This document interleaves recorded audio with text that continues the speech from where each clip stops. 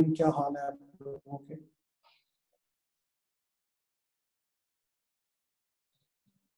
हम स्टार्ट कर रहे हैं आज की क्लास को चंद कुरानी आयात से। औज़ु बिल्लाहि मिनश शैतानिर रजीम, बिस्मिल्लाहिर रहमानिर रहीम। अर्रहमान अल्लमल कुरान, खलकल इंसान अल्लमहुल बयान, अश-शम्सु वल कमरु बिहुस्बान, वन नज्मु वश-शजरु यस्जुदान। सदक़ल्लाहुल अज़ीम। अल्लाह हम सबको कुरान पढ़ने की, समझने की और अमल करने की तौफीक अता फरमाए। तो बच्चों जी, अल्हम्दुलिल्लाह मैं भी ठीक हूँ जनाब, थैंक यू। अच्छा बच्चों, बात हो रही थी कंसोलिडेशन की। कंसोलिडेशन में कुछ हमने बेसिक रूल पढ़े 5, और फिर उसके बाद एक क्वेश्चन किया, फिर हमने 2 रिवैल्यूएशन के रूल्स पढ़े, फिर हमने एक क्वेश्चन किया। वो एग्जांपल छोटी सी की थी हमने, फुल फ्लैज क्वेश्चन नहीं किया था। फेयर वैल्यू के हमने 3 रूल पढ़े, ये आपकी स्क्रीन पर नजर भी आ रहा है, फेयर वैल्यू के रूल। फिर इन रूल्स पढ़ने के बाद हमने एक छोटी सी एग्जांपल की, और इसके साथ ही मैंने आपको एक क्वेश्चन असाइन किया था विच वाज CA2। तो कुछ स्टूडेंट ने, बल्कि काफी स्टूडेंट ने व्हाट्सएप ग्रुप में मेरे साथ शेयर किया कि इसका सोल्यूशन। अब मैं इसको आपके सामने सॉल्व करूंगा, आप अपने सोल्यूशन को खुद चेक करते जाएं मेरी वर्किंग के मुताबिक, और मुझे बता दें कि कहीं मैं गलती तो नहीं कर रहा। ठीक है, तो आप ये सोल्यूशन मेरा भी देखेंगे।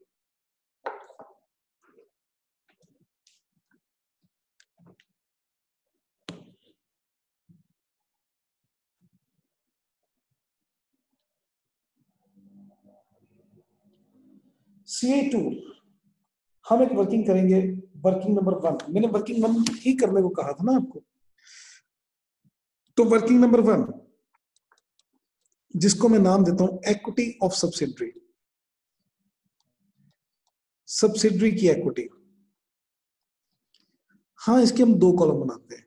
एक बनाते हैं एट एक्विजिशन, कि एक्विजिशन की डेट पे क्या इक्विटी थी, और आज रिपोर्टिंग डेट पे क्या इक्विटी, एट रिपोर्टिंग डेट।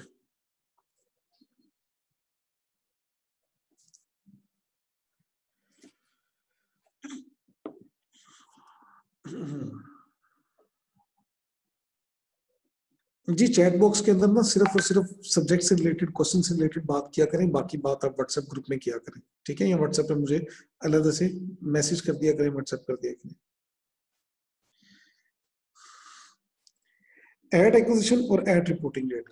तो शेयर कैपिटल एट एक्विजिशन 500 था, शेयर प्रीमियम 100 था। वैसे देखें आज भी यही होगा, आज भी हमारी बैलेंस शीट में, सब्सिडरी की बैलेंस शीट में इक्विटी में शेयर कैपिटल 500 और शेयर प्रीमियम 100 है। तो एट एक्विजिशन भी यही बताया हुआ है हमें इंफॉर्मेशन नंबर 1 के मुताबिक। ये इंफॉर्मेशन नंबर 1 में ये 500 और 100 गिवन ना भी होता, तो यही एज्यूम होता कि जो आज है यही एक्विजिशन डेट पे था, जो आज रिपोर्टिंग डेट यानी कि आज है यही एक्विजिशन डेट पे था। तो ये हमारी एजम्पशन होती। ठीक हो गया। अब बात करते हैं रिटेन अर्निंग की।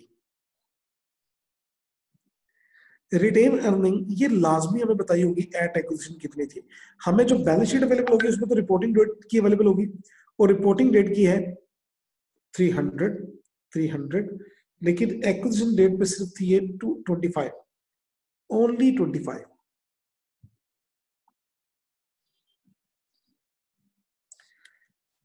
now it is 300, at that date it was 25 only। ठीक हो गया। चलिए अब आते हैं इंफॉर्मेशन नंबर 3 के ऊपर, जो फेयर वैल्यू एडजस्टमेंट के हवाले से थी। एक एक करके मैं अपना यहाँ पे, चूंकि फेयर वैल्यू एडजस्टमेंट ज्यादा है तो फेयर वैल्यू एडजस्टमेंट की हेडिंग दे दूंगा।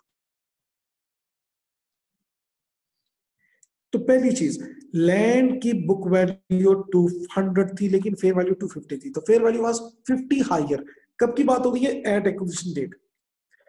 Eight acquisition date book value and fair value में डिफरेंस था। वो क्या डिफरेंस था? बुक वैल्यू कम थी, फेयर वैल्यू ज्यादा थी, तो 50 की फेयर वैल्यू एडजस्टमेंट आएगी लैंड के ऊपर। यही 50 की एडजस्टमेंट आज भी आएगी, लेकिन इसको मैं फिलहाल ब्रैकेट में लिखने लगा हूं क्योंकि इसके अंदर एक और एडजस्टमेंट भी करनी है, वो मैं बताता हूं अभी थोड़ी देर में। लेकिन 50 आप समझ लें कि कॉलम 1 में आना है, 50 ही कॉलम 2 में आना है। ठीक हो गया। Now building.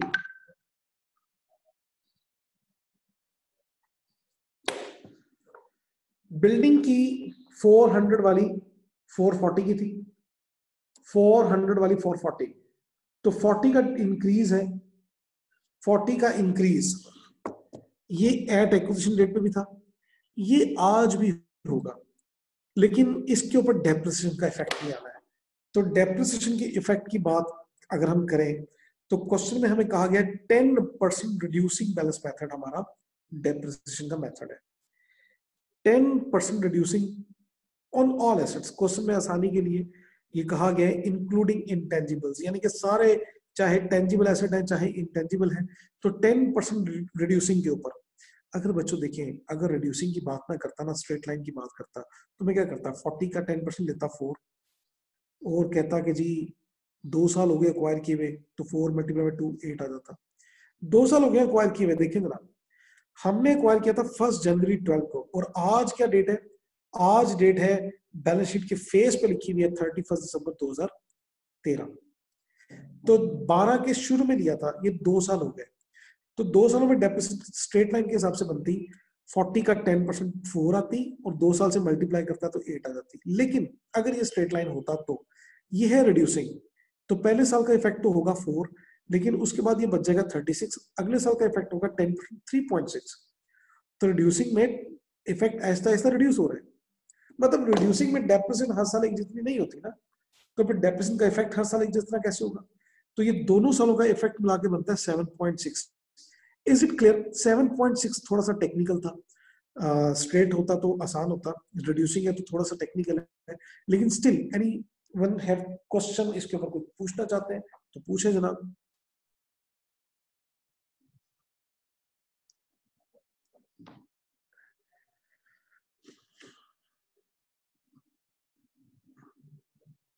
ओके चले, माशाल्लाह जी, किसी का कोई क्वेश्चन नहीं है? ठीक है ना फिर, ओके ओके। ले जी 7.6, 40 ऐड होगा तो 7.6 माइनस होगा, 40 ऐड होगा तो 7.6 माइनस भी होगा। दोबारा दोबारा रीवैल्यू हो ना ईसा खालिद, वो उसके ऊपर हम डिस्कशन करेंगे, वो इसलिए तो मैं ब्रैकेट के अंदर वर्किंग कर रहा हूँ, इसलिए तो मैंने उसको क्लोज नहीं किया अभी तक ब्रैकेट को, तो करेंगे, डोंट यू वरी। ओके, अब आते हैं आगे, आगे आगे ही आगे। प्लांट मशीनरी 800 वाली 1000 की, 200 रुपए का फर्क आ गया। 200 plant machinery at acquisition date भी ज्यादा थी, एट रिपोर्टिंग डेट भी ज्यादा होगी, लेकिन सिमिलरली इसके ऊपर एक्स्ट्रा डेप्रिसिएशन का इफेक्ट आएगा। और वो कैसे आएगा, जैसे हमने 40 के ऊपर लिया 200 का 10% 20, अगले साल ये इफेक्ट 180 के ऊपर आएगा, 180 का 10% 18, तो 20 और 18 38 का इफेक्ट है एक्स्ट्रा डेप्रिसिएशन का। अगेन ये स्ट्रेट लाइन होता तो 20 और 20 40 हो जाता, लेकिन ये हो ना सका, तो ये 20 और 18 क्योंकि रिड्यूसिंग है तो पहले साल ज्यादा दूसरे साल कम, 38, तो 38 का डेप्रिसिएशन का इफेक्ट यहां से माइनस होगा। जी बच्चों क्लियर होगी ना बात, प्लांट मशीनरी की भी क्लियर होगी। ओके नेक्स्ट, इसी तरह इंटेंजिबल ट्रेडमार्क है जीरो का, बुक्स में है ही नहीं, जीरो सिरे से है ही नहीं, जीरो, लेकिन मार्केट में इसकी वर्थ है, मार्केट में इसकी वर्थ है 100। तो अगेन हमें सिर्फ ये देखना है कि fair value market, fair value book value से कितनी ज्यादा है या कम है, तो fair value is 100, book value is nothing, तो फेयर वैल्यू इज 100 हाइयर। तो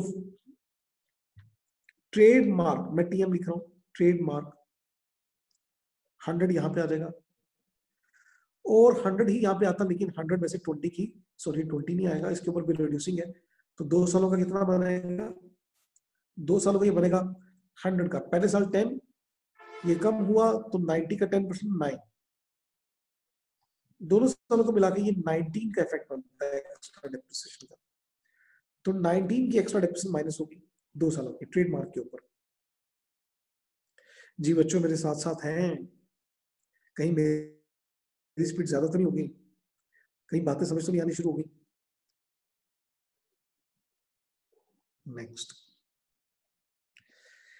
R&D रिसर्च एंड डेवलपमेंट का एक और इंटेंजिबल है हमारे पास, 250 का बुक्स में था,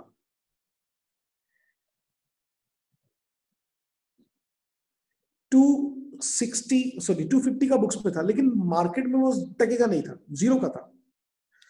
तो अब ये आर एन डी की फेयर वैल्यू 250 कम थी, बुक वैल्यू से 250 कम थी। फेयर वैल्यू बुक वैल्यू से कम थी, कितना? 250। मार्केट में इसकी कोई वर्थ नहीं थी, तो यानी कि 250 कम थी वर्थ, तो नेगेटिव लिखूंगा। ये 250 में यहां पे भी नेगेटिव लिखता, लेकिन इसके बारे में क्वेश्चन में ये कहा गया है कि स्टिल अनरिकॉर्डेड। अच्छा, सबके सामने लिखा हुआ स्टिल अनरिकॉर्डेड। स्टिल अनरिकॉर्डेड ना भी लिखा होता तो मैं ये यूज करता अनरिकॉर्डेड है। ये बात हम पहले भी कर चुके कि बाय डिफॉल्ट हमने ये एजम्पशन लेनी है कि ये सब्सिडियरी के जो एसेट हैं पेरेंट ने अभी तक रिकॉर्ड नहीं किए, और पेरेंट ने अभी तक रिकॉर्ड अगर नहीं किए तो सब्सिडियरी ने अभी तक रिकॉर्ड नहीं किए तो हमने ये एडजस्टमेंट एट रिपोर्टिंग वाले कॉलम में कर दिया। अगर वो ये कह देता कि सब्सिडियरी ने सब्सिक्वेंटली ये रिकॉर्ड करनी है या एसेट सब्सिडियरी ने ये सब्सिक्वेंटली सेल करनी है, इन दोनों सिचुएशन के अंदर हम क्या करते हैं? इन दोनों सिचुएशन के अंदर हम करते हैं वर्किंग वन के कॉलम 1 में तो एडजस्टमेंट करते हैं, कॉलम 2 में कोई एडजस्टमेंट ना करते। ठीक है ना बच्चों, ये बात हमने पहले भी डिस्कस की हुई है और बाकायदा रूल्स में लिखवाई हुई है। क्या बात है जी, सब समझ आ रहा है बच्चों। तो 250 में से उसने 50 खुद ही अमोर्टाइज कर दिया है, यानी कि वो क्या कहना चाह रहा है? वो ये कहना चाह रहा है कि आज उसकी बुक्स में ये 250 का नहीं है, 200 का है, तो आज 50 उसमें से रिड्यूस हो गया हुआ है। तो हमें आज कितना रिड्यूस करना है? हमें सिर्फ आज 200 रिड्यूस करना है, यहां से 250 रिड्यूस नहीं करना, 50 तो उसने खुद ही अमोर्टाइज कर दिया हुआ। ठीक हो गया जी? रेहान खान साहब आप फरमा सकते हैं, आप फरमाएं, क्या प्रॉब्लम है? इन्वेंटरी 50 की थी बुक्स में, लेकिन मार्केट वैल्यू उसकी 40 थी, तो 40 इन्वेंट्री की फेयर वैल्यू बुक वैल्यू से कम थी, 10 कम थी। ये 10 हमने इस कॉलम में लिख दिया।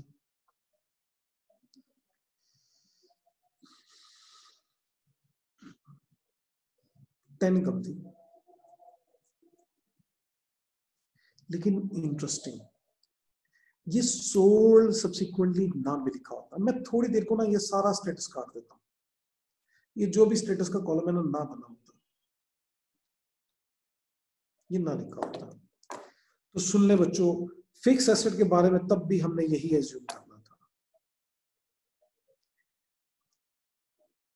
रेहान खान साहब आप ना वो व्हाट्सएप पे ग्रुप ज्वाइन कीजिएगा, वहां पे आप अपने मेट से क्लासमेट से पूछेगा कि क्या क्या हम पढ़ चुके हैं, वो आपको गाइड कर देंगे।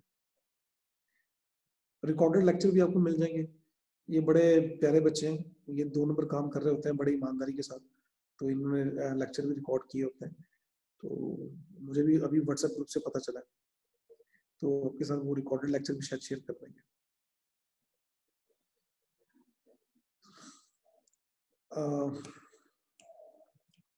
क्या पढ़ रहे थे हम? भुला दिया सारा कुछ रेहान साहब ने। हम ये डिस्कस कर रहे थे कि फिक्स एसेट के बारे में वो ना भी बताए तो ये एज्यूम्ड होगा कि फिक्स एसेट आज भी एग्जिस्ट करते हैं और आज भी सब्सिडियरी ने उनको रिवैल्यू नहीं किया। लेकिन इन्वेंट्री के बारे में मैं ये एजम्पशन ले नहीं सकता कि इन्वेंट्री 2 साल से आज तक पड़ी होगी। इन्वेंट्री करंट एसेट है, और करंट एसेट ज्यादा दिनों के लिए, ज्यादा अरसे के लिए नहीं पड़ा होता, मतलब इसकी लाइफ होती लेस देन 1 ईयर है। और इन्वेंट्री की अगर बात की जाए खासतौर पे, तो इन्वेंट्री 2-4 दिनों में, 2-4 हफ्तों में, 2-4 महीनों में बिक जाती है। तो इन्वेंट्री के बारे में ये एज्यूम करना कि आज भी पड़ी होगी, ये एजम्पशन ही गलत है। तो क्वेश्चन के अंदर ये स्टेटस का कॉलम ना भी होता तब भी हम ये एज्यूम करते हैं कि इन्वेंट्री बिक चुकी, और जो बिक चुका मतलब जो है ही नहीं हमारे पास एसेट, उसकी कोई एडजस्टमेंट कॉलम 2 में करने की जरूरत नहीं है। Got this point? तो कॉलम 2 में इसकी कोई एडजस्टमेंट नहीं होगी क्योंकि सोल्ड सब्सिक्वेंटली है। आप याद करें हमने रूल्स में भी ये बात लिखी थी, if subsidiary still hold such asset, तो ही एडजस्टमेंट होगी कॉलम 2 में। ठीक है बच्चों, बोलो ना, ठीक है ना? तो ये एडजस्टमेंट हो गई, हमने इंफॉर्मेशन नंबर 3 पढ़ दी और 3 फुली अप्लाई कर दी हमने। Now coming to word information number 4, next information जी। नेक्स्ट इंफॉर्मेशन है 31 दिसंबर 2013 को, आज 31 दिसंबर 2013 आ जाए रिपोर्टिंग डेट पे, हमने वैल्यू को दोबारा तकलीफ दी कि आए, हसन मैं आपके जवाब दे देता हूँ, आए हमारे एसेट को रीवैल्यू करें, हमारे एसेट को रीवैल्यू करें और लैंड और बिल्डिंग को रीवैल्यू कर दें। लैंड को 310 पे उसने रीवैल्यू किया और बिल्डिंग को 400 पे। अब हसन आपने क्वेश्चन पूछा था, उसका जवाब मैं दे देता हूँ थोड़ी देर में, लेकिन लैंड और बिल्डिंग को बड़े गौर से देख लें। अब ये टेम्पो बनाया तो फिर देख लें, लैंड और बिल्डिंग की बात स्टार्ट हो गई।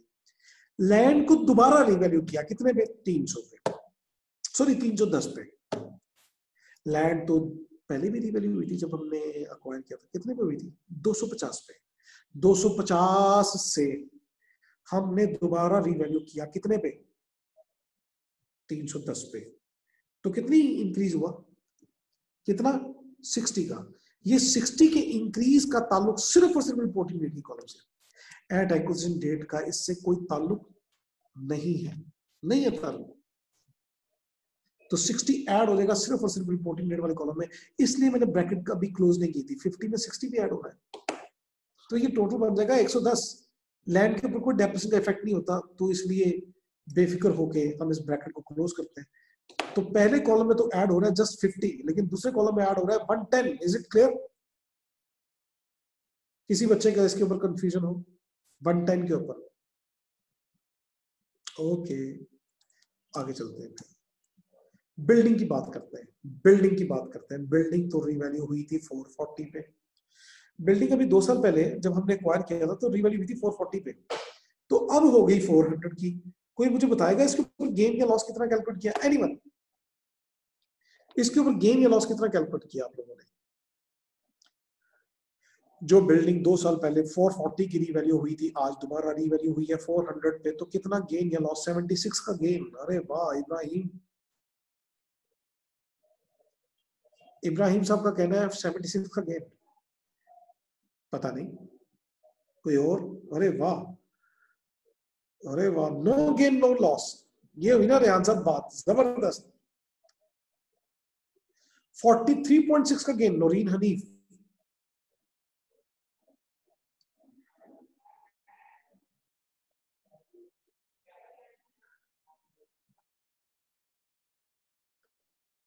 मोहसिन रहमान साहब कहते हैं कि जी मैं आपको कैसे कांटेक्ट करूं? ये भी आप कांटेक्ट करें, आपको कांटेक्ट नंबर दे देंगे हम आपको, लेक्चर के एंड पे याद करवाइएगा, मैं दे दूंगा मोहसिन साहब। अच्छा, building don't has any gain. Okay, Mansoor साहब भी कहते हैं कोई गेन लॉस नहीं हुआ। अरे वाह रेहान साहब दोबारा कहते हैं कोई गेन लॉस नहीं हुआ। रेहान साहब आपकी सुनता कौन है यहाँ पे? 40 का गेन। माहीन नकवी कह रही है 0 का गेन। मुजम्मिल कह रहे हैं 32 का, 40 का, 43.6 का, 32 पॉइंट। नहीं जनाब, मेजोरिटी इज रॉन्ग। मुझे लगता है नूरीन हनीफ का ठीक है, इसलिए मैंने इसको अभी डिस्कस नहीं किया चैट में से। Let me show you. अब ये वर्किंग देखिए जरा कैसे ये वर्किंग हो रही है। 7.6 का तो फरहाद बिल्कुल ना सोचे ना। तो देखें 440 की बिल्डिंग थी, 10% रिड्यूसिंग का रेट है। देखिए बड़ा, ये अब आपको इस लेवल पे डेप्रिसिएशन की वर्किंग समझाई जाए ना तो मुझे शर्म आएगी यार। मतलब आप सीनियर क्लास है, ये AFAR के स्टूडेंट हैं आप, यानी कि आपने फाइनेंशियल अकाउंटिंग आईसी में एटलीस्ट 2 दफा पहले पढ़ी हुई है। तो जब आप 10% पे डेपोजिट किया होगा आपने पहले साल, तो 44 का डेपोजिट किया होगा, 440 का एसेट है यार। तो ये डेपोजिट करके बाकी बचा होगा 396 का।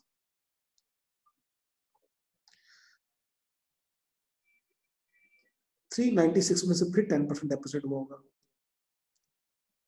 रिड्यूसिंग है ना, तो 396 का 10% 39.6।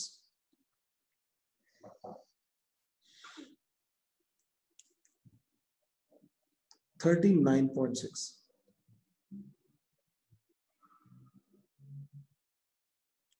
ये माइनस करें, मैं कैलकुलेटर उठा रहा हूँ। 396 minus 39.6, it is 356.4।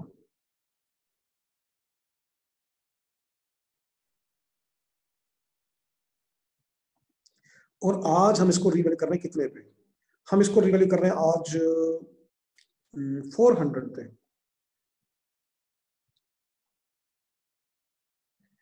350,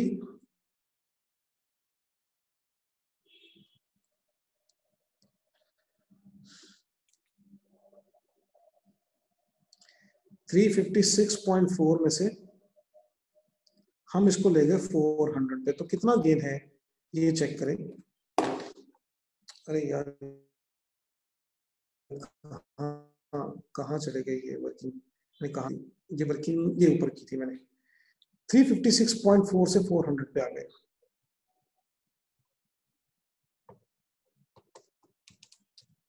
तो 43.6 इज द राइट आंसर। 43.6 का गेन है। हाफिज नुमान ठीक है और नूरीन हनीफ ठीक है। इन के साथ नहीं जनाब, बाकी सबका गलत है। 43.6 वाले अहमद हसन भी आ गए, तो ये 3 बच्चों का आंसर ठीक है 43.6। So we will add 43.6। अच्छा चले, जिसका भी ठीक था ये गलत था, गलत वालों को भी अब समझ आ गया ना, कोई अब कंफ्यूजन तो नहीं है।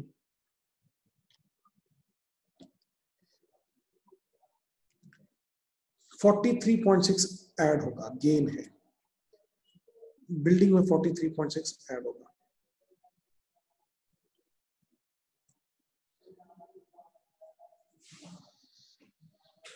ठीक हो गया। अब टोटल करते हैं बिल्डिंग की सारी वर्किंग का। बिल्डिंग में कॉलम 2 में 40 ऐड होना था, 7.6 माइनस होना था, फिर 43.6 ऐड होना था, तो ये बनता है 76 ओवरऑल। प्लांट मशीनरी में से 200 में से 38 माइनस करते हैं, 162।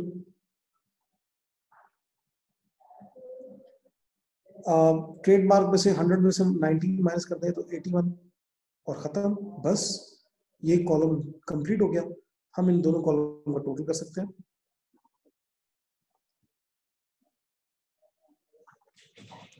तो दोनों कॉलम का टोटल करते हैं जी।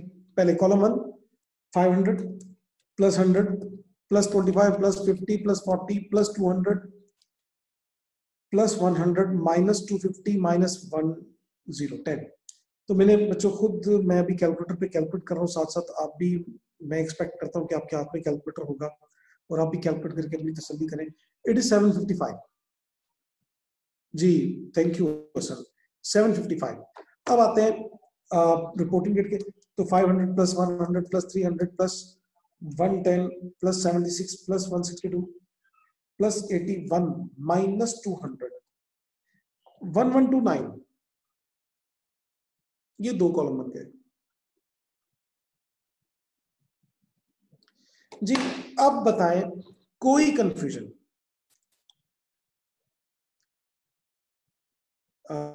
अनब किस पॉइंट की, किस पॉइंट की समझ नहीं आई?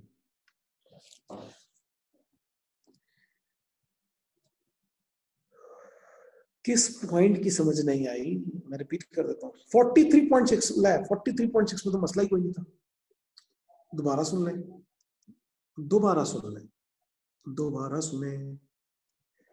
43.6 440 की बिल्डिंग हो गई थी आफ्टर रीवैल्यूएशन। 2 साल पहले जब हमने एक्वायर किया तो 440 की बिल्डिंग हो गई थी। बुक वैल्यू 400 थी, लेकिन हमने जब रीवैल्यू किया तो 440 की हो गई। तो पहले साल 10% के हिसाब से डेप्रिसिएट हुई होगी, तो 44 की डेप्रिसिएशन हुई होगी। 44 की डेप्रिसिएशन हो जाने के बाद 396 बचा होगा, फिर 396 का 10% दोबारा डेप्रिसिएट हुई होगी 39.6। तो रिमेनिंग बिल्डिंग आज हमारी बुक्स के अंदर 356.4 की होगी या होनी चाहिए, और हम इसको उठा के 400 पे दोबारा रीवैल्यू कर रहे हैं, तो 43.6 का गेन होगा ना। देखें 400 पे रीवैल्यू कर रहे हैं, it is given in the question, information में 4। हमने आज बिल्डिंग को दोबारा रीवैल्यू किया है 400 पे, ठीक है। तो अनम अब ये क्लियर हो गया 43.6 का गेन कैसे आया? जी खिजर, सेम आप भी वही पूछ रहे हैं। तो 43.6 कैसे आया मैंने रिपीट किया, अनम और Khizar. Is it clear now?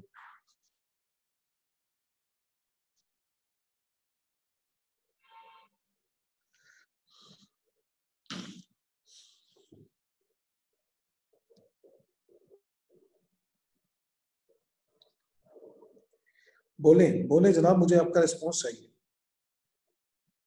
हाँ, अब हसन के क्वेश्चन पे आते हैं, R&D। लेकिन अनम और वो जो एक और थे साहिब, उनका क्वेश्चन हो गया ना मसला हल। अब R&D पे आते हैं। R&D देखें, अच्छा आनंद मैं रिपीट कर दूंगा। R&D R&D हमारी बुक्स में 200 का था, रिसर्च एंड डेवलपमेंट, लेकिन मार्केट में इसकी वर्थ कोई नहीं थी, तो 250 पहले कॉलम में से माइनस कर दिया हमने। Hasan Arshad fair value book value से कम थी, फेयर वैल्यू बुक वैल्यू से ज्यादा होती तो 250 ऐड करते। जब फेयर वैल्यू बुक वैल्यू से कम होगी तो इक्विटी में से माइनस करेंगे। हसन अरशद पहले कॉलम का 250 क्लियर है आपको? पहले कॉलम में से जो 250 माइनस कर रहे हैं, इज इट क्लियर? ये क्लियर है आपको? ओके, अब दूसरी बात सुने। अब उसके बाद उसने 50 खुद अमोर्टाइज कर दिया। 50 अमोर्टाइज कर देने का मतलब है, क्वेश्चन की वर्डिंग आप देख रहे हैं ना, 50 अमोर्टाइज कर दिया। अमोर्टाइज कर देने का मतलब है कि उसकी बुक्स में अब ये एसेट सिर्फ 200 का एग्जिस्ट करता है, मार्केट में अभी भी वो 0 पे है। तो आज के कॉलम में से क्या माइनस करो? आज का कॉलम मीन रिपोर्टिंग डेट का कॉलम, 200 ही माइनस होगा ना हसन अरशद जी। हसन अरशद, पहले आपके मसले को मैंने एड्रेस कर रहा हूं, क्लियर हो गया? डन, जबरदस्त हो गया। अब आते हैं अनम इरफान के क्वेश्चन पे दोबारा। अनम इरफान, हमने 43.6 कैसे कैलकुलेट किया? Let me show you here on the screen कि ये वर्किंग को आप बगौर देखें, बार बार देखें, इसमें कौन सी एक फिगर है जो आपको समझ नहीं आ रही?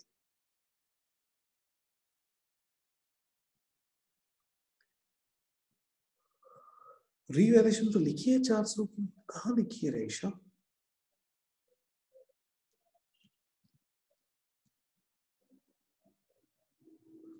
और नौरीन हरीफ, आप परेशान है कि वर्किंग,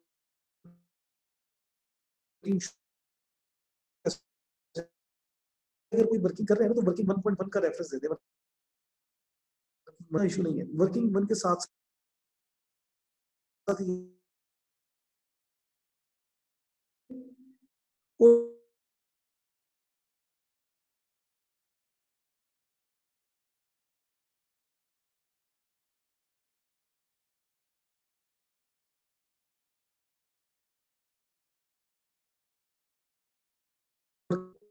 एट एक्विजिशन 440 की थी, हमारी बुक्स में 400 की थी, लेकिन मैंने इस बिल्डिंग को 440 का समझ लिया। मेरे मुताबिक अब ये बिल्डिंग 440 की होगी, होगी। अब मेरे मुताबिक ये बिल्डिंग 440 की है। अब ये 440 की बिल्डिंग है, तो मेरे मुताबिक डेप्रिसिएशन पहले साल की फिर 44 होनी चाहिए ईयर 1 में, पिछले साल। और 44 की डेप्रिसिएशन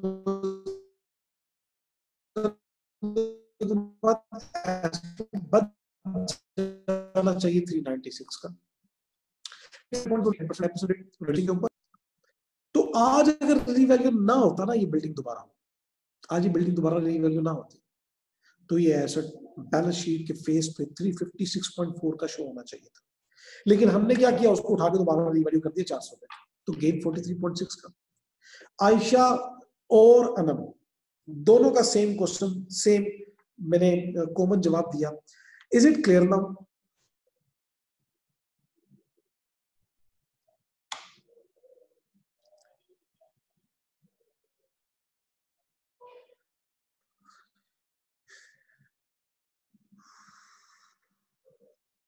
चार सौ चालीस भी रिकॉर्डेड नहीं थी। एक मिनट अनम, रिकॉर्डेड नहीं थी, पहले तो नहीं थी, लेकिन मेरे कॉलम 1 के अंदर, वर्किंग 1 के कॉलम 1 में 40 की एडजस्टमेंट करने का मतलब क्या है कि मैंने इफेक्ट ले लिया, ले लिया ना। तो अब बिल्डिंग मेरे पॉइंट ऑफ व्यू से 440 की हो गई पहले दिन से। 440 के बाद डेप्रिसिएशन अकॉर्डिंगली हमने की। जी आयशा, आपका मसला हल हुआ।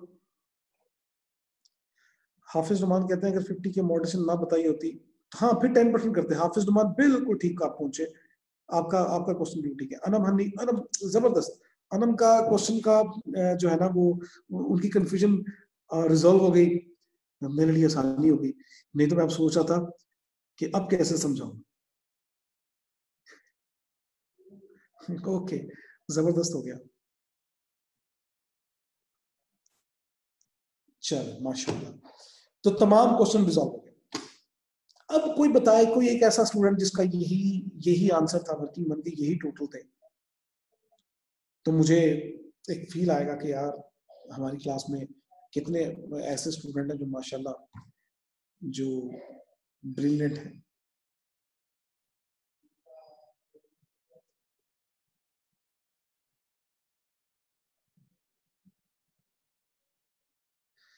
अरे वाह, एक्विजिशन का सेम होना हसन साहब कोई कमाल। चले ठीक है, अप्रिशिएट करते हैं जनाब। अरे वाह, नूरीन हनीफ कह रही है कि सेम यही टोटल था। रिदा सैरिश अप टू सम एक्सटेंट, चले ठीक है। जिशान साहब क्या बात है, सही। तैयबा का भी ठीक है, यस आई है, गुड एक्सीलेंट माशाल्लाह, ऑलमोस्ट सेम। क्या बात है जनाब खिजर साहब, शाहिद साहब, ठीक है ठीक है, बिलावल साहब ठीक है। ओके, आगे चलते हैं। अभी इस क्वेश्चन में बहुत कुछ बाकी है। अभी हमने वर्किंग 2 3 4 करनी है, तो come move forward to working number 2। Working number 2, working number 2 हम किस चीज की करते होते हैं? गुडविल की। गुडविल में क्या करेंगे? इन्वेस्टमेंट लिखेंगे सबसे पहले, इन्वेस्टमेंट।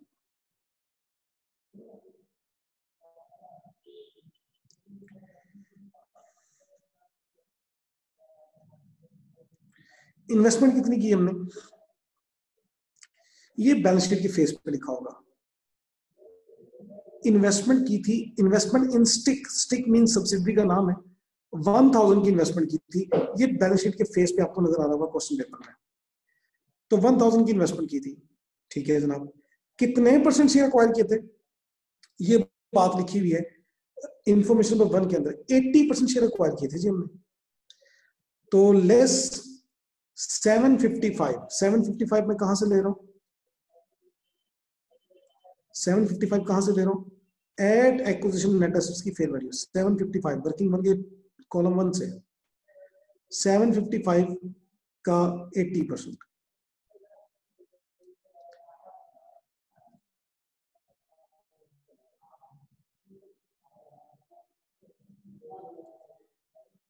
मेरे ना पेन की इंक खत्म हो गई है, इसकी इंक रिफिल होने वाली है, इसलिए थोड़ा मिसिंग कर रहा है। 755 मल्टीप्लाई बाय 80%, 604। तो हमारे हिस्से में जो नेट एसेट्स आए वो 604 के हैं। It means balancing figure is 396 which is goodwill. ये है गुडविल, गुडविल।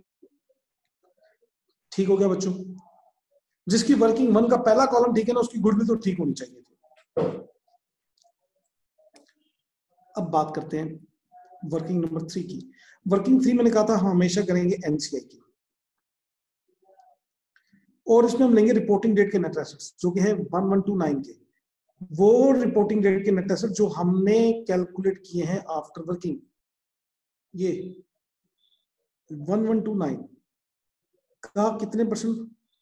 20%।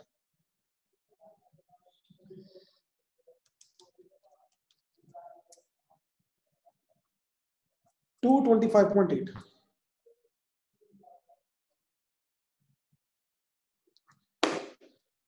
जी, वर्किंग 2 गुडविल, वर्किंग 3 एनसीआई। कोई कंफ्यूजन तो बोल दें।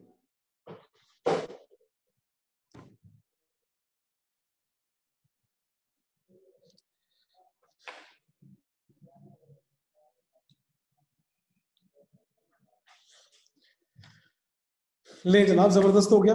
खामोशी का मतलब यही कि कोई कंफ्यूजन नहीं है। Now working 4, group returning.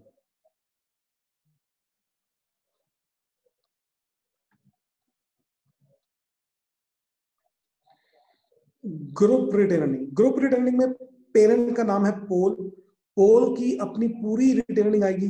Balance sheet के फेस पे देख लें, पोल की कितनी रिटर्निंग है? पोल की रिटर्निंग है 900। ये रही 900। और सब्सिडी की कहां से लेनी है हमने? सब्सिडरी की हम लेंगे वर्किंग वन और मैं आता हूं तो 900 पे पहले लिखने लगा हूं। पेरेंट की अपनी रिटेनिंग है 900 और स्टिक की कैसे कैलकुलेट करनी है इसका तरीका कार मैंने पहले बताया था। वर्किंग वन के हाँ, अब वो चीज जो जिसकी पर्दादारी थी, मैंने कभी कहा था कि रिटेन अर्निंग का डिफरेंस ले लें at acquisition at reporting date कि आज रिटेन अर्निंग कितनी है 300, उस वक्त कितनी थी 25, दोनों का डिफरेंस 275 है, 275 पोस्ट एक्विजिशन प्रॉफिट है। मैंने कहा था एक तरीका तो ये है और मैंने इसका दूसरा तरीका भी बताया था कि आप रिटेन अर्निंग को कंपेयर ना करें, आप रादर टोटल करें, टोटल दोनों कॉलम का टोटल करके टोटल को कंपेयर करें कि अब टोटल नेट एसेट्स 1129 के हैं, तब 755 के थे। तो ओवरऑल इंक्रीज यहां से कैलकुलेट कर लें। उस वक्त लग रहा था कि यार दोनों बातों का मतलब एक ही है, रिटेन अर्निंग को रिटेन अर्निंग से कंपेयर करें तब भी वही आंसर आता है और टोटल नेट एसेट्स को टोटल नेट एसेट्स से कंपेयर करें तब भी वही आंसर आता है। तब तो ये लग रहा था, लेकिन आज बात कुछ और है। आज बात कुछ और है।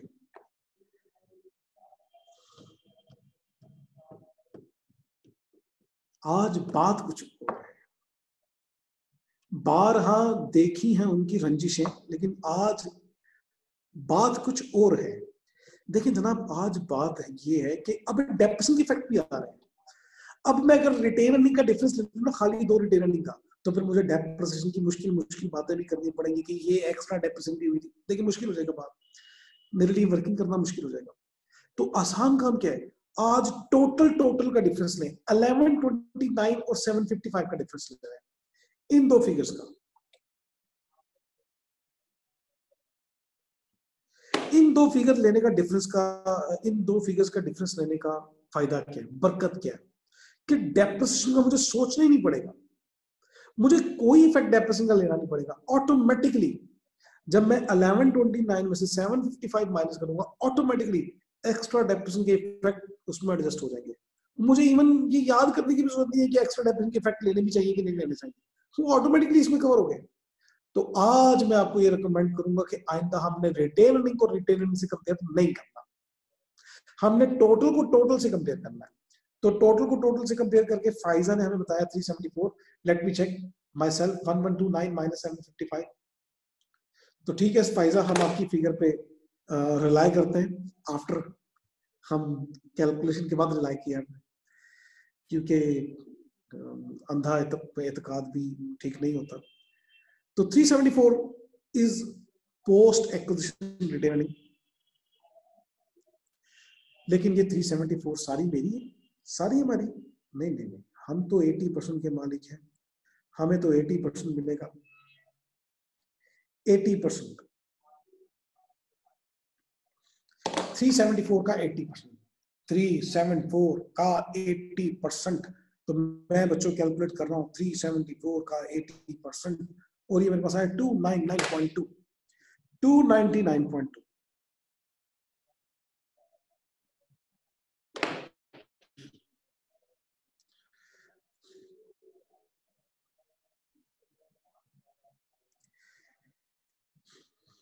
जी जबरदस्त, ठीक हो गया, ठीक हो गया। 290। अब ग्रुप रिटेन अर्निंग आ गई। इसमें एक टेक्निकल पॉइंट है, अगर वो मैंने आज की ना डिस्कशन, तो ये सारी पिछली डिस्कशन भी भूल जाएगी। तो इसको मैं आज सिंपल रखता हूँ, कल मैं इसमें एक इजाफा करूंगा, कल। पहले मैं ये चाहता हूँ आज इतना हजम करें, आप इतना डाइजेस्ट करें, फिर कल इसके ऊपर एक पॉइंट और ऐड करना मसला नहीं होगा। आज मैंने कर दिया तो सारा वो डाइजेस्ट नहीं होगा, वोमिट हो जाएगा। तो अभी इसको हम यहीं पे रखते हैं, इट इज, लेकिन मैं बता रहा हूँ this is not a final answer, ये मैं बता रहा हूँ this is not a final answer. अभी फिलहाल इसको मैं लिखने लगा हूँ, कल इसमें छोटी सी एडजस्टमेंट करूंगा, छोटी सी। दिस इज 1199, 1199.2 हो गया। तो ले जी, वो स्टैंडर्ड 4 वर्किंग 1 2 3 4 मैंने कर दी।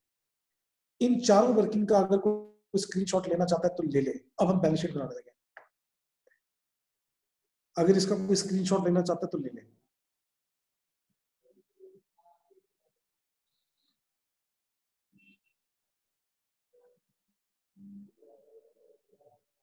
डन, चले आगे। ले लिया आपने स्क्रीनशॉट?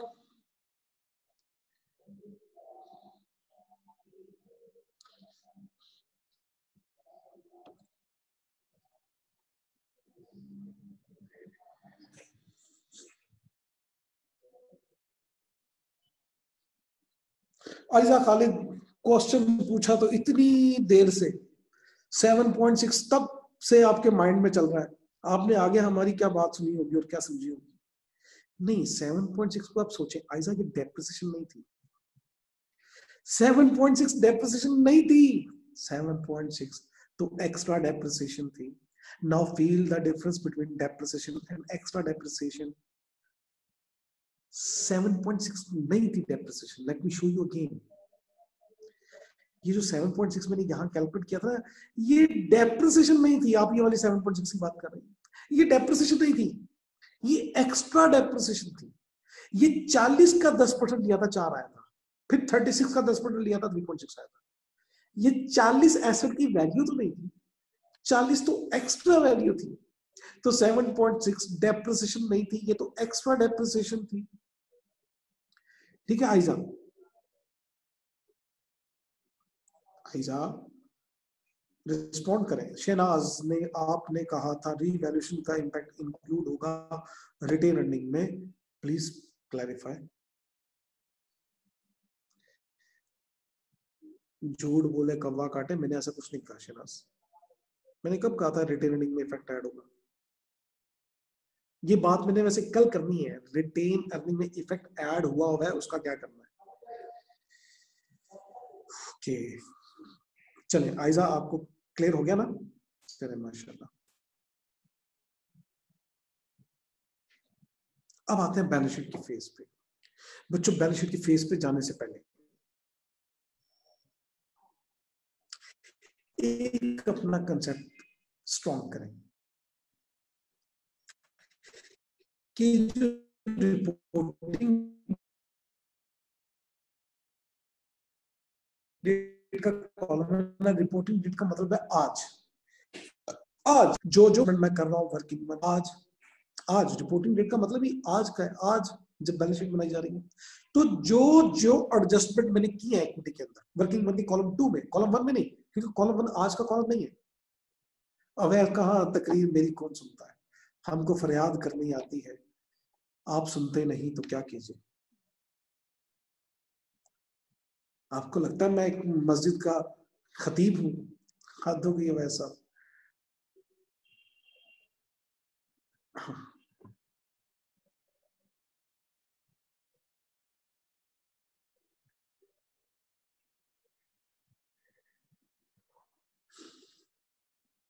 ओके हिजन में दिखा देता हूँ वर्किंग दोबारा, लेकिन मैं ना एक चीज, चले आप मुझे ना रिवर्स गियर लगा के ना बहुत पीछे ले जाते हैं।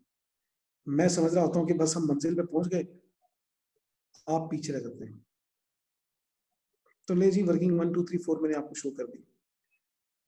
नाउ लिसन अगेन, वर्किंग 1 के कॉलम 2 में जो जो एडजस्टमेंट हम कर रहे हैं वर्किंग 1 के कॉलम 2 में, ये आज रिपोर्टिंग डेट की एडजस्टमेंट है। अच्छा, इक्विटी को क्रेडिट कर रहे हैं, इक्विटी को बढ़ाने का मतलब है इक्विटी को क्रेडिट कर रहे हैं, तो डेबिट इफेक्ट भी तो कहीं आएगा। हाँ, इसका डेबिट इफेक्ट एसेट के ऊपर लेना है। कौन से एसेट के ऊपर? डिपेंड करता है, जैसे मैं शो करता हूं आपको अभी। आप यहां पे लैंड को 110 से एडजस्ट कर रहे हैं, कर रहे हैं। ये 110 इक्विटी में क्रेडिट होगा तो डेबिट क्या होगा? लैंड। बैलेंस शीट के फेस पे 110 ऐड होगा। तो जो जो एडजस्टमेंट आप यहां कर रहे हैं, बिल्डिंग में 76 आपने ऐड किया, बिल्डिंग के हवाले से इक्विटी में 76 ऐड किया, ये 76 बिल्डिंग में बैलेंस शीट के फेस पे भी ऐड होगा। 162 प्लांट मशीनरी में ऐड होगा, 81 ट्रेडमार्क में ऐड होगा, 200 R&D में से माइनस होगा, इन्वेंट्री में कुछ नहीं होगा, कोई एडजस्टमेंट ही नहीं है। तो इन एडजस्टमेंट का सेकंड इफेक्ट बैलेंस शीट के फेस पे जाएगा। ठीक है, तो हमने जब रूल नंबर वन क्या पढ़ा था? add all assets and all liabilities of parent and subsidiary as a line by line item. ठीक है, आज भी हम उस रूल पे कायम है, लेकिन कुछ एडजस्टमेंट करनी पड़ेगी। वो एडजस्टमेंट जो वर्किंग 1 के कॉलम 2 में की गई है, ये एडजस्टमेंट हमने करनी है।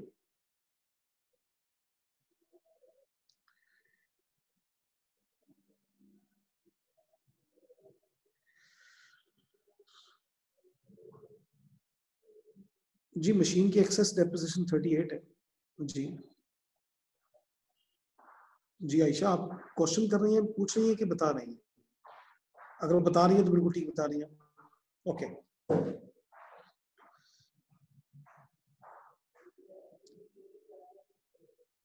चलिए थैंक यू। अब ना टाइम जरा कम है, हमारी क्लास का सिर्फ 5 मिनट टाइम है और मैं चाहता हूँ कि बैलेंस शीट टैली हो जाए।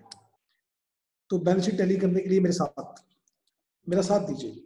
तो हम अब ना आप आंसर शीट अपनी बना लेंगे, लेकिन मैं क्वेश्चन पेपर के ऊपर ही समझे के सॉल्व कर रहा हूँ। 1500 और 200 प्लस 110 की एडजस्टमेंट, वही वर्किंग 1 की कॉलम 2 वाली 110 की एडजस्टमेंट, तो ये टोटल लैंड बन जाएगी 1810। मतलब आप इसको नीट कीजिएगा अपनी आंसर शीट के ऊपर। मैं आप समझे कि क्वेश्चन पेपर के ऊपर कर रहा हूँ, टाइम की शॉर्टेज की वजह से 1810 बिल्डिंग के ऊपर आते हैं। बिल्डिंग 1000 है और 324 है, लेकिन एक एडजस्टमेंट है बिल्डिंग की वर्किंग 1 की कॉलम 2 में विच इज 76, तो 76 ऐड होगा। 1324 और 76, 1000 प्लस 324 माइनस 76, सॉरी प्लस 76, तो it becomes 1400।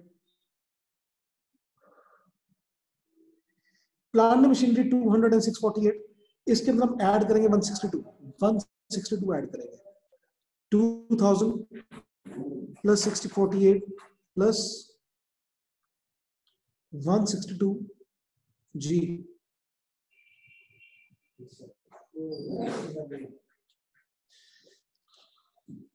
5 minute. 2000 plus 648 plus 162 2810।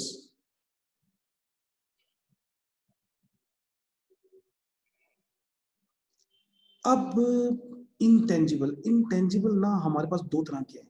Trademark ये भी इंटेंजिबल होता है, R&D ये भी इंटेंजिबल होता है। ट्रेडमार्क को देखें तो 81 ऐड करना है, R&D को तो देखेंगे तो 200 माइनस करना है, तो ये दोनों करना है, 81 भी और 200 भी।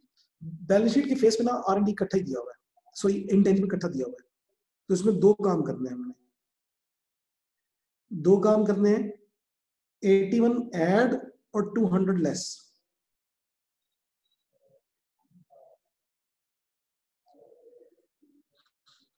ये जो मैं काम यहाँ पे ऐड लेस कर रहा हूँ ना बैलेंस शीट की फेस पे, अपनी आंसर शीट के अंदर इसको ब्रैकेट के अंदर ये सारी वर्किंग शो करनी है आपने। 1000 plus 200 plus 81 minus 2, sorry 1000 plus 200 और प्लस 81 माइनस 200, 1081। ले जी, ये पहला काम हमने किया। नाउ आपको याद है हम नॉन करंट एसेट्स में एक और काम करते होते हैं, गुडविल। इन्वेस्टमेंट को रिप्लेस कर देते हैं गुडविल से। गुडविल जब आप लिखें तो उसके साथ रेफरेंस देते हैं वर्किंग नंबर 2 का। वर्किंग 2 में आप गुडविल हमने कैलकुलेट की होगी हमेशा हर क्वेश्चन के अंदर। तो वर्किंग 2 में गुडविल हमें नजर आ रही है 396। तो 396 में पुट करने लगा बैलेंस शीट की फेस के ऊपर। ओके, इन्वेंट्री को सिंपली ऐड कर देंगे। याद रहे इन्वेंट्री की कोई एडजस्टमेंट नहीं थी, वर्किंग 1 की कॉलम 2 में इन्वेंट्री की कोई एडजस्टमेंट नहीं थी, इन्वेंट्री की 0 एडजस्टमेंट थी। तो इन्वेंट्री में कुछ भी ऐड या लेस नहीं करेंगे, जस्ट 550 और 278 ऐड हो जाएगा, इट बिकम्स 828। ये इन्वेंट्री के सामने। रिसीवेबल के सामने 400 और 200 600, कैश के सामने 200 और 100 300। हरी अब टोटल एसेट्स, एसेट्स का टोटल देखें, 1810 plus 1400 plus 2810 plus 1081 plus 396 plus 828 plus 600 plus 300, ये बनता है 9225। 9225 ठीक है बच्चों, 9225। इक्विटी पे आते हैं। इक्विटी में रूल नंबर 3 अप्लाई होना है। शेयर कैपिटल शेयर प्रीमियम सिर्फ पेरेंट का आना है। कितना? Just 2000, just 400। Share capital, share premium में सब्सिडी का हम ऐड नहीं करते। रीवैल्यूएशन रिजर्व सिर्फ पेरेंट का, इसके ऊपर कल बात करेंगे थोड़ी सी। रिटेन अर्निंग हमने की है, ये हम लेंगे वर्किंग नंबर 4 से। वर्किंग नंबर 4 से ग्रुप रिटेनिंग पता चल जाएगी हमें 1199.2, 1199.2।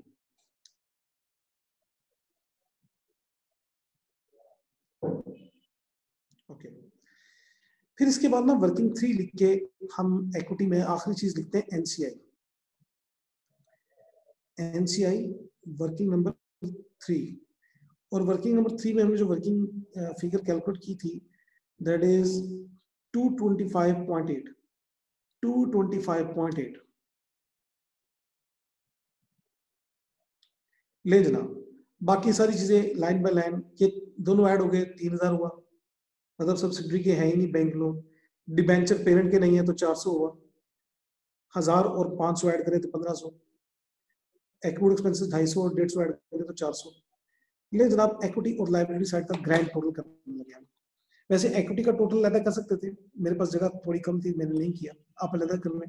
2000 plus 400 plus 100 plus 199.2 plus 225.8 plus 3000 plus 400 plus 1500 plus 400, तो ये बन गया 925। अल्हम्दुलिल्लाह बैलेंस शीट टैली होगी, कंसोलिडेटेड बैलेंस शीट टैली होगी। नाउ अब इसका स्क्रीनशॉट आप लेना चाहते हैं तो ये मैंने इसको ऊपर किया, आप इसका स्क्रीनशॉट ले सकते हैं।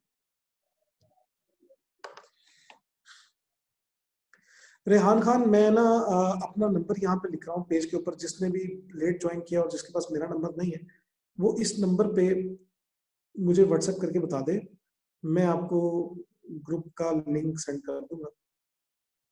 हालांकि ग्रुप का एडमिन मैं वैसे बन गया हूँ, मुझे बना दिए, लेकिन ग्रुप मैंने क्रिएट नहीं किया।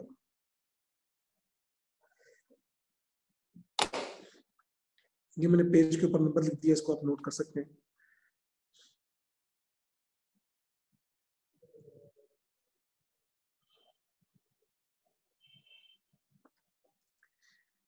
जबरदस्त हो गया, टैली हो गया हमारा क्वेश्चन। बच्चों आपकी कोई होम असाइनमेंट नहीं है सिवाय इसके कि आप इसी क्वेश्चन को दोबारा खुद से करें, मेरे सोल्यूशन को देखे बगैर एक दफा खुद से करें, फिर मेरे सोल्यूशन को एक दफा देखिएगा, कंपेयर कीजिएगा कि आपके मुताबिक क्या आंसर आ रहा है, मेरे मुताबिक क्या आंसर आ रहा है। तो यही आपकी होम असाइनमेंट है बस, क्योंकि हमने आगे कुछ पढ़ा नहीं ना, आज मैंने फैक्ट देखे तो मैंने आगे कुछ नहीं पढ़ाया, मैंने वही जो रूल्स हमने पढ़े थे रिवैल्यूएशन के उसके मुताबिक एक क्वेश्चन किया।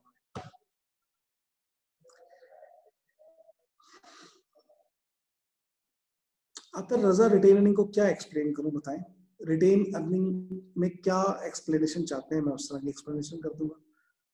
अगर आप ये पूछना चाहते हैं रिटेन अर्निंग क्या होती है,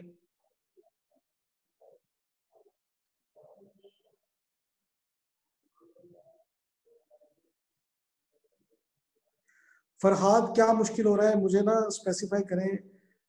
खिजर वर्किंग 4 एक्सप्लेन कर दूं, मैं कर देता हूं। वर्किंग 4 है ग्रुप के प्रॉफिट्स, रिटेन अर्निंग कहते हैं प्रॉफिट्स को। पेरेंट का अपना प्रॉफिट तो पूरा आएगा, पेरेंट का अपना प्रॉफिट है 900 रुपए। सब्सिडरी के प्रॉफिट लेने के लिए सब्सिडरी के पोस्ट एक्विजिशन प्रॉफिट, आपको याद होगा हमने रूल नंबर 4 डिस्कस किया था कि सब्सिडरी की पोस्ट एक्विजिशन प्रॉफिट में अपना हिस्सा पेरेंट का हिस्सा, पेरेंट 80% का मालिक है, तो सब्सिडरी के पोस्ट एक्विजिशन प्रॉफिट का 80% पेरेंट का है।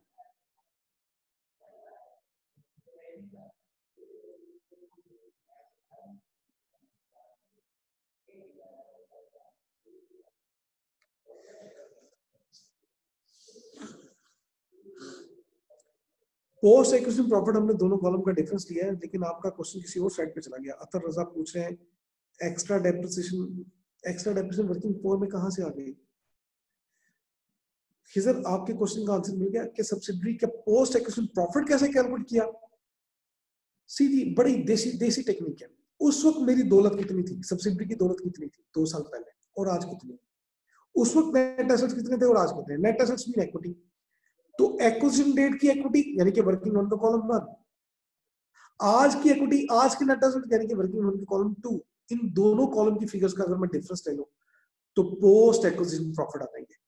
तो दोनों कॉलम का अगर मैं डिफरेंस लूं तो 1129 और 755, इन दोनों का डिफरेंस लें तो 374 बनता है। ये 374 पोस्ट एक्विजिशन प्रॉफिट है। जी किसी कोई स्टिल कोई क्वेश्चन है तो पूछें।